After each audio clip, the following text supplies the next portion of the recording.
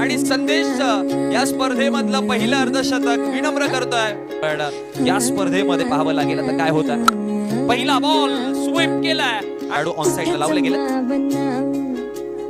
फुल toss केला आणि फुल toss संदेश पाठविल बॉलला खूपच दूर हाताळण्याच्या नादामध्ये हा बिमर झाला होता. हा टप्पा चांगला आणि फटका देखील तितकाच चांगला.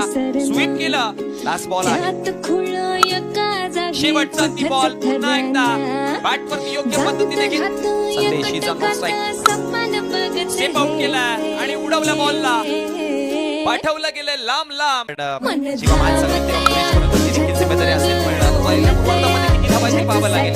आता धावा 4, साहिल तयार, 46 मध्ये संदेश आहे.